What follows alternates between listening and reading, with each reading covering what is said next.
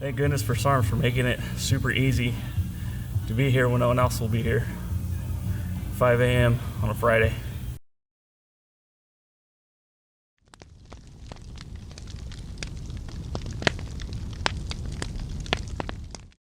A disclaimer and a warning to anybody that's about to watch this video. The views and opinions in this video are just that, views and opinions. Everything you see is going to be done for research and entertainment purposes only. I do not advise nor condone the use of anything you're about to see in this video. Everything is just for entertainment purposes only. Whatever you do with the information you get from this video is all up to you, but ultimately, don't be stupid. So what ended up happening was, he was on the podcast. It was fucking awesome. Probably one of the best responses we've gotten, in a long time, right? I've always been interested in doing something a little extra, get enhanced per se, but I can't do needles. I have a pretty good, as soon as I see one, I start freaking out. I wrote a how to do injections ebook. I'll send it to you. It's not... Sounds good. So with the idea of SARMs, I've always been intrigued by them, right? I'm just but I don't know, I keep hearing all the bullshit. Well, I don't want to say bullshit because I don't know, but about the side effects are just as bad and the positive effects are not as good. So it's okay, what's going on here? Talked to him about it. He set me up, and I wanted to document everything because I have yet to see anyone that I either know or I know for a fact that was truly natty before they started taking SARMs. A A/B comparison before and after. Unfortunately, nobody's gonna really question whether or not I was on something before SARMs because I've just been skinny my whole life, right? Yeah. So that's when I started thinking, hey, I should probably document everything I'm doing. Initially, I was going to do it podcast style. I don't know if you guys ever seen or listened to the Serial podcast. No. So it's just that one was a murder case or whatever, but they followed it step by step, and it was all audio. So I wanted to do an audio series where I'm hey, I just started taking this, blah, blah, blah, this happened. Almost like a daily log. Exactly, because it was super low-hanging fruit. I could do it in my car. I could do it in here. I could do it every day without, really worrying about it. I asked Mark, I'm hey, dude, this is all because of you. What do you think of this idea? Is it cool if I move forward with it? And he looks at me and he's and I'm oh, he's not going to think it's a good idea. I'm well, that's cool. And he's you really got to do a video series. I'm oh shit, okay. The problem with the bodybuilding circle is, I'm speaking generalizations, but it's kind of this works, don't question it, right? Yeah. And when peptides first came out, I'm not a huge fan of peptides, but when peptides came out, people are they don't work. We know what works, peptides don't work. And that's the same thing with the SARMs, is that a lot of people just say, we know steroids work, there's no need for SARMs. And it's not the question of do steroids work, but is there maybe something more optimal? So SARMs, they're very new, and I think that's why so many people are scared about them, is that they're still in clinical trials. So basically, how this works is that whenever you have a new category, like a SARM, first they do rat studies. If the rat studies go well, then you apply for human ethics, and then when you get human ethics, then you have to do at least 10 human ethic clinical trials before it'll actually be FDA approved, and then you can sell it as a pharmaceutical. So right now we're in the human clinical trials phase. So I guess because the research is still going on, there isn't that much information, and the only way you could actually access it is if you were, on PubMed or something and reading the clinical trials.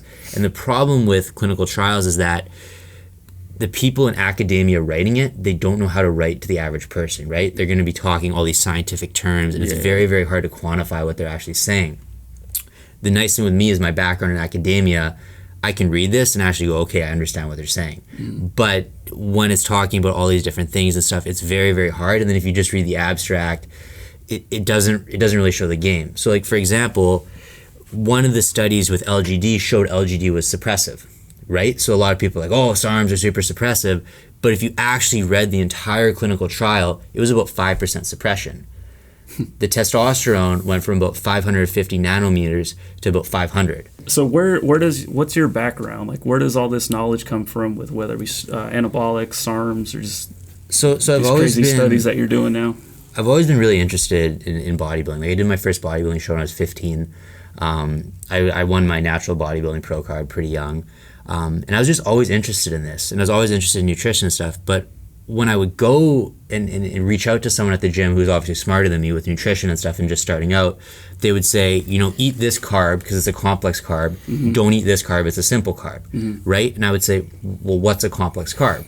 And they would be like, what do you mean? I'm like, you said this one's simple, this one's complex. Like, what's the difference? Like, I know the difference between a sweet potato and white rice, but what does that actually mean? And no one could actually explain the chemistry to me, like the bonds and the carbon, hydrogen, oxygen bonds, the difference between a complex carb and a simple carb, or like a monounsaturated fat and a polyunsaturated fat. That's what I was really interested in, is actually like learning the chemistry of this stuff and learning how hormones work and things like that, because it's so complicated. Someone will say like testosterone is good, but like, what is testosterone? If you ask someone that question, they're like, well, it's an anabolic hormone. You say, like what? Like, draw it for me. It's my man juice. Yeah, it's man juice, right? And then like estrogen, right? People are like, estrogen's bad. That's the lady juice. Yeah, but man juice and lady juice, I love it. But like, you actually need some estrogen to sensitize the androgen receptor, right? Mm-hmm. And that's the thing, is like, there's these black and white notions that people have, like, this is good, this is bad, but it's everything, like, everything has its place, right? And it's also about ratios, right? Like, when someone gets gyno, they always say my estrogen was too high, but it's actually your testosterone to estrogen ratio that's out. Like, you can get gyno if you have low testosterone but normal estrogen, because your estrogen to testosterone ratio is not the normal ratio for a man. My LDL levels were according to the blood work that I got, were considered high. Now, I don't know what they base that on. I do train almost every single day, so I don't know if that affects that or whatever, but what does a high LDL level mean? Okay, so you have your HDL and your LDL. HDL is considered good, and LDL is considered bad. Neither of these are actually cholesterol. These are the enzymes in your body that transport cholesterol. Mm-hmm. So HDL takes cholesterol and transport it out of the body. LDL takes cholesterol and transport it to the cells. So high LDL could be bad because too much cholesterol in the cells can lead to plaque buildup. Mm-hmm. So I would like to see both your HDL and your LDL to know, and I'd actually like to see your numbers. Mm-hmm. You can easily lower your LDL just with fiber. Gotcha. Because fiber binds to cholesterol in the intestines and prevents some of it from being absorbed. Your LDL, yeah, dude, your LDL was just above the normal range. It was 108, and the normal range is 0 to 99. The main thing is that your HDL is good. You have a really good HDL. Your HDL is 64. You want to see it above 40. So because you have a really good HDL, that's very good. So yeah, that's not an issue at all. Your numbers look really good. Okay, so let's get into SARMs then. The other day we had somebody on the podcast, and this is just what I see a lot from everybody is, again, like I had said, they just don't know, so they can't say whether it's good or bad, but they usually say there are side effects, so they're bad. One question he brought up, and he just genuinely didn't know, but it was a concern of his, was what happens to the androgen receptors after they've been hit with SARMs? Like, do they become dormant? Do they become desensitized? And, almost like when you start having a lot of caffeine, do you need more caffeine? And then all of a sudden now when you take the caffeine out, are you worse than where you started? Okay, so this is like a very, very complicated thing to try to explain. But so your androgen receptors never lose sensitivity. If you're taking crazy high amounts of androgens, your body will decrease the amount of androgen receptors as a defense mechanism. And that's why guys who are on crazy aggressive steroid cycles, they'll notice that, hey, the amount of drugs I'm taking is less effective than it was. Mm-hmm. And that's why it's so important to come off cycle or go to your TRT, let your body recover. The amount of androgen receptors on your muscle is not static. It's constantly changing, right? So let's say you're on 5 grams a year, your body's gonna be like, holy crap, we got so many androgen receptors. We got so many androgens, it's going to reduce the amount of androgen receptors. So that cycle has become less effective. And that's why if someone were to use the same dosage for a year, they would be getting less and less out of that cycle. And that's why most people notice, the first 10 weeks of their cycle are the best. The last 6 weeks, they don't get that much. Mm-hmm. If they go even past that, they get less and less and less. So that's why it's so important to either switch up compounds, because every compound will bind to the androgen receptor differently, or to, do cycles. And that's with SARMs, I would do, 8 weeks, 4 weeks, 8 weeks, 4 weeks, things like that. Now, your androgen receptors don't become desensitized. That you would be dead. Because remember, these are essential for life, right? Mm-hmm. Like, you need androgen receptors for all of your body things to function. So SARMs do bind to the androgen receptor. What's really nice about SARMs is that they're selective. So the problem with steroids is that they bind to the androgen receptor, but they also bind to things you don't want them to bind to, your prostate, your liver, your kidney, and things like that. So that's why SARMs are called selective androgen receptor modulators, that they only bind to the androgen receptor. Now, will SARMs actually cause your body to downregulate the amount of androgen receptors? Buddy, you'd have to take so many SARMs. Like theoretically, SARMs would cause your body to deregulate the amount of androgen receptors, but because SARMs are so mild, I don't think it actually would.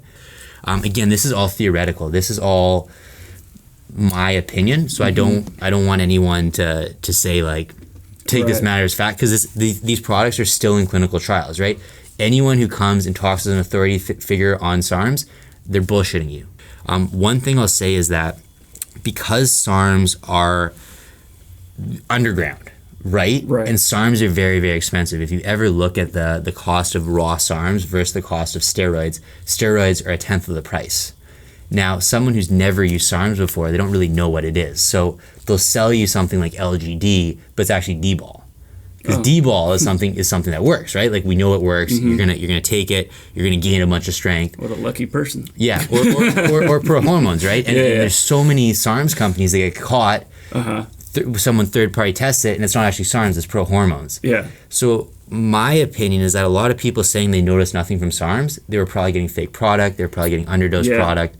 And that's the unfortunate thing, is because the stuff is all, it's kind of like Anavar, right? A lot of people buy Anavar, it's not actually Anavar. It's probably like T-ball or something like that. Okay. Same thing with Primo, right? Like the really expensive steroids are highly faked. So that's why it's so important to know your sources and things like that. And as far as I'm aware, I don't think that there's a home steroid testing kit that would work for SARMs. On that note, I'll ask you, Tony, about this one. Whenever I'm doing my my YouTube University research on SARMs, one of the research studies that I found or whatever was that when a handful of different SARMs were tested, they had like 1% of the actual ingredient. Exactly what I said. Yeah. So that's another one of the when I ask people about SARMs, what they clap back with is like, oh, well, you don't know what you're getting, blah, blah, blah. So go ahead and be as commercial as you want to here. Doesn't matter. I just want honest feedback. With enhanced athlete products, how do I know I'm getting what the label says? That is why Enhanced Athlete grew to be the most respected and largest SARMs company worldwide, because everybody who used them actually got really good effects without side effects. So people would go online and read and say, oh, SARMs didn't work, but then they would try Enhanced Athlete SARMs and they would work, and then that started catching on online, and then everybody that used Enhanced Athlete SARMs ended up becoming recurring customers. I didn't hear of anybody having any negative experiences as far as side effects or not either meeting or exceeding their expectations. So it's the real world application, because that was my experience too. I had experimented with research chemical compounds from other companies before Enhanced Athlete, and I also found it was hit or miss. There was some things that worked great, and there were some things that didn't work at all. And that's the problem with all the data that's being reported online on forums, is they're saying they're giving their cycle results, and they're updating people on their cycle, but how do we know they're really actually getting the milligrams of the actual compound that they say they're using for their cycle? And it doesn't just go for SARMs, it goes for steroids also. And that's another driving factor behind wanting to document everything is, so this is actually keep track of everything. Yeah, and you need to do it yourself, and then you will know. Yeah. The same way I did by experimenting on myself. One thing I want to say is that, like, just to give these underground labs full disclosure, is that a lot of these underground labs are very small, right? They're making this stuff in their basement. So what they're doing is they're buying like a cheap capsulated product. They're buying some MC capsules and then capsulating the stuff themselves. So it's not actually them who's screwing you, it's the source in China, right? So what they do is they basically go on Alibaba or whatever and try to find a steroid source. And, so they'll email them and say, hey, I want to buy some Austrian. And then the source will email back, hi friend, best quality, long-term working relationship. They'll send you photos of their lab and everything. It's like super, super legit. they can tell because this person's ordering only like 50 grams of Osterin, okay, this is a small operation. They don't have an IR spectrum. They don't have the equipment to actually test this stuff. So they're going to send you fake product or something else, right? You'll buy Osterin and they'll send you D-ball or something like that. So a lot of times it's not this underground lab, because I don't want someone to go to their dealer and be like, hey, you F you, like you screwed me. He has the best intentions, right? He's probably Western Unioning them the right amount, trying to make the best product possible. He just doesn't have the facilities to actually test the actual raw hormone and make sure it's legitimate. And then you also got to test them on it. So they're literally like Coke dealers. So what they'll do is you'll put in a small order, right? So you'll say, hey, I want to test your Osterin. I'm skeptical though, so just full disclosure, I'm going to buy 10 grams. I'm going to test it, make sure the stuff's legit. So they're going to send you the best stuff ever, right? This is their 99.9% pure. You're going to pay some lab testing company under the table to test this for $1,000, right? Or you can get some university kids, say, hey, here's $500, go test this for me when the doors are closed. Yeah. Then you're gonna be like, okay, this source in China, they're legit. Like, that was pure Osterin. Then when you place an order for a kilo, they send you crap. Yeah. Right? So it's all this stuff is more complicated than people think. I mean, that makes a ton of sense when somebody does like, oh, I'm taking just Osterin, and all of a sudden, like, oh, all these crazy side effects and blah, blah, blah. It's like, well, maybe because they actually were taking D-ball or something totally, like, way off the radar that they had no idea what the fuck they were doing. So one good indicator is that women are much more sensitive to androgen hormones than males, right? So SARMs, because they have minuscule amounts of androgenic properties, a woman should not be getting any virilization side effects. She should not be getting, voice deepening, facial hair growth, or anything like that. So if a woman is taking a SARM and she's getting, clitoris enlargement, facial hair growth, voice deepening, that's a red flag. That is not SARMs. Shit. The SARMs do have the potential to have the same side effects as steroids, dosage dependent. Most people don't experiment with the high dosages that I do. But if I go extreme dosages on SARMs, there seems to be a spillover effect. They're more selective towards muscle tissue, but once you exceed a certain dosage, you get better than steroid effects, but you also start getting the steroid side effects. But I still think the benefits versus the risks weigh in favor of SARMs over steroids. So it's like anything. Is like, let's say with Osterin, if you're using 25 milligrams per day, probably not going to notice any side effects. If you're using 50 milligrams per day, probably not going to notice any side effects. If you start using 500 milligrams per day, chances are you're going to start to notice something, right? End up winning shows. Yeah. Just kidding.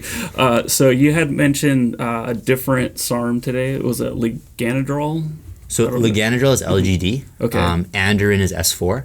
I'd say both of those are really good for increasing size or strength. I would say LGD is better for size and S4 is better for strength. Both of them would be more anabolic SARMs though. So the problem is that SARMs is a very wide category. Things like Cardarin actually aren't SARMs, they're PPAR agonists. Nutribol is an HGH secretagogue, it's not a SARM. So some things that are being sold as SARMs aren't actually SARMs. Like Cardarin is non-hormonal. That's one of the reasons why Cardarin is such a popular product, is that you don't need a PCT from it because it doesn't affect your HPTA. Cardarin's, like, if you look at the sales, it'd be the number one selling one because most people want to burn fat. And then Cardarin also helps with endurance, right? So the reason Cardarin is so popular is that everyone wants to burn fat, right? Like everyone wants to be ripped year round. Yeah. But then also endurance, so athletes love it. So that's why this new age, that's why like SARMs are like getting so much hype and so much excitement. And I'm excited to see where they go. I really hope that eventually they do become legal, but with the clinical application that they have with possibly preventing osteoporosis, helping HIV patients, cancer patients, they'll most likely be a pharmaceutical and require a prescription. So this is MK677. This is actually not a SARM. So this is the HGH secretagogue. So an HGH secretagogue is different than HGH because this signals your pituitary gland to increase HGH production. So when you take HGH, you're taking exogenous hormone. This is giving your body a signal to increase HGH production. So it's your body itself actually producing the HGH. What I like about this versus exogenous HGH is HGH is very expensive, but a lot of these sources in China are sending you 192 AA strand instead of 191 AA strand. That's rat recombinant GH, not human strain. It's cheaper to make rat HGH than human strain HGH. So the average person, again, they don't know the difference. Yeah. And that's why so many bodybuilders are getting distended stomachs, is that if you look at the physiology of a rat, they have much bigger abdomens than humans. It's silly, but wow. It makes sense, right? Yeah, it makes a ton of sense. So Andrew's cycle starts out with really low dosages and then steps up with the dosages. And I predict that on the low dosages, it's not going to have much effect on your cholesterol. But as the dosages go higher, when we talk about the higher you go with SARMs, then the more steroid-like side effects you'll eventually get. And you may see an impact on things like your cholesterol. So when you say, when you get into the higher dosages, that could cause some negative, like some pretty big negative side effects. As far as like milligram dosages, is it person dependent? It's person dependent, but you're also not going to see any extreme side effects. They're going to be very mild changes in your blood work, for example. It's not going to be bad side effects. It's going to be the equivalent of eating a McDonald's hamburger every once in a while. Research is so complicated, and that's why people always say, like, I hate rat studies, we're not rats. Well, we share 97.5% of the same working DNA as rats, and with a rat, I know that rat took the trial, it took it on time. So there's pros and cons. Obviously, we're not rats, but I actually like rat studies sometimes better than human studies, because if you actually read the full results and discussion section of the human study, it's like, this is a crap research project. Like, I'd be embarrassed to have my name on this. So that's what I noticed when I first started researching SARMs as an alternative to steroids, because going into taking steroids, I was going to experiment with steroids, but I always knew I wanted to end up with something that was safer than steroids, even if it was potentially less effective. I didn't realize how effective SARMs could be if stacked with other anabolic factors besides steroids. But I was reading the research studies, and I would either find a bias or a lack of context or relativity. And so I knew the only way I could get real data that I could personally rely on was to experiment on myself. And so that's what I did, and so that's what you're doing. And so despite reading all this stuff on the internet, the best data is going to come from experimenting on your own body. There's really no way to avoid it. Gotcha. And then one thing me and Tony are trying to educate people with the anabolic matrix and things like that is that most people watching this video, they want the fastest muscle growth possible, right? So what they do is they take steroids, they take more steroids, they take more steroids, they take more steroids. You're exhausting one avenue. So if you were to take a lower dosage of steroids, stack it with SARMs, maybe stack it with growth hormone, maybe stack it with insulin, maybe stack it with some over-the-counter supplements we know work, like arachidonic acid and creatine, now you're exhausting every avenue, and it's way more efficient than putting everything in one basket, right? It's like most millionaires have a minimum of 7 different sources of income, right? So instead of just focusing on one thing, you got this business venture, this business venture, this business venture, this business venture. So that's part of the reason I really like SARMs. Is I don't think SARMs will ever replace steroids, but you can use a lower dosage of steroids and get the same effects because you're using a lower dosage of steroids and stacking it with SARMs. So that's why your stack, Andrew, contains things that grow muscle from other angles, and they work all synergistically. So you're doing a very low dosage of SARMs, but you're also taking a growth hormone supplement. You're also taking something that sensitizes your muscle cells to insulin, so you can hold more nutrients easier in the muscle cell and prevent fat storage. You're also taking arachidonic acid, which creates inflammation in the muscle, sensitizes the muscle to the androgens and the IGF, which are extremely anabolic hormones. So you can actually take less of those things and have them be more effective. So in regards to that supplement, I was concerned because I heard inflammation. I'm like, oh no, my back can't be more inflamed than it already is. My back has never felt better. It could be the ostarine just making me stronger, but I'm just so happy to say that on that, how do you say it again? Arachidonic acid. Arachidonic acid. I'm only getting nothing but the benefits of like the sore muscles and then the quick recovery. What is the number one research supplement? I have no idea. Creatine. Oh, okay. Right. Most people watching this agree creatine works, right? Creatine helps with cell volumization. You want to know why they use cell volumization and not cell inflammation?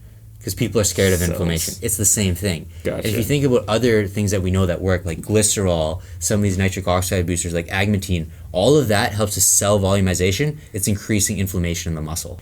We're all looking for the secret. We're all looking for the secret pill, and you know, we're all looking for this magic food or magic, like, there's no such thing as a magic food. There's no such thing as a magic supplement. There's no such thing as a magic workout program.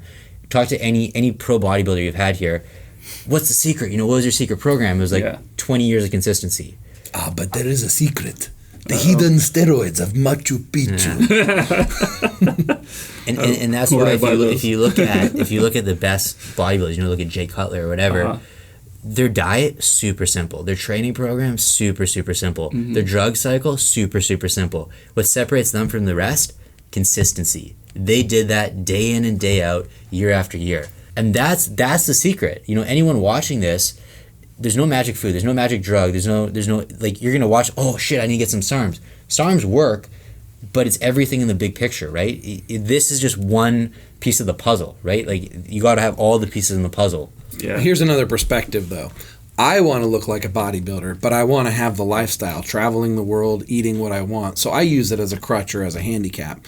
And similarly, Andrew's got a workout program he's consistent with, and he's just going to do everything the same as he's doing Natty, but he's going to add the SARMs on top of it. So he is going to have much better results, even if he doesn't change his diet or training very much, because he's got that extra anabolic edge. And remember, your dosage is very small. So I said you're going to have very subtle benefits, and the benefits are going to exponentially increase as the dosage goes up. And then how are you quantifying your results? Are you taking photos? You do measurements? I'm doing photos, video, body fat percentage, then of course the blood work, and then my numbers in the gym. Okay. I have my totals for everything, and then we're going to see exactly where I end up, towards the end of the cycle. But I mean, just for for reference, I'm still very weak in my bench, but hitting 225 was like a dream come true. Finally, I did that 3 reps yesterday, all singles. Keep in mind. But your balls must feel 10 times bigger after doing that. Essentially, dude, it's like I have 2 dicks today. But so like, I was able to down up. I was like, it wasn't that clean. I'm gonna try it again. Whereas before it was like, oh fuck, dude, there's no way I can even get close to that. So what do you guys want to train today? We're gonna do back and shoulders. What are you doing? I'm doing back and shoulders. Okay, we got a big crew. We got like 6 of us. That's fine. Let's do it. Sounds good. All right, cool. Thanks, guys. If people want to find you, where can they find you? My Instagram is just my first and last name. That'd probably be the easiest. Okay. My website is trevordietcoach.com. If you fill out the contact form there, it goes direct to my email. That'd be the easiest way if you got questions, if you want me to look at your blood work or something like that. All right, cool. You guys want to get after it? Yeah, let's go. All right. Thanks, Trev. Can it be that simple? If everything we heard today was true, could all of the bad experiences, all the side effects, or all the lack of effects that people have reported on SARMs, could it all be due to the fact that they weren't actually taking SARMs? And all those coaches and clinicians that have worked with clients that have had bad experiences, did they just take their word at face value and assume that they actually were taking SARMs, or did they get them tested? Although we'll never know, chances are nobody went through all the trouble to actually test whatever it was that they were taking. The question Sarmageddon was seeking to answer was, do SARMs work? Did we just uncover that answer? We at least uncovered one of the reasons why people have such bad side effects when it comes to SARMs. So in one aspect, we partially answered that question. Is it as simple as saying, yes, SARMs work, as long as you're actually taking SARMs? Is there really nothing else that has skewed opinions and experiences on SARMs?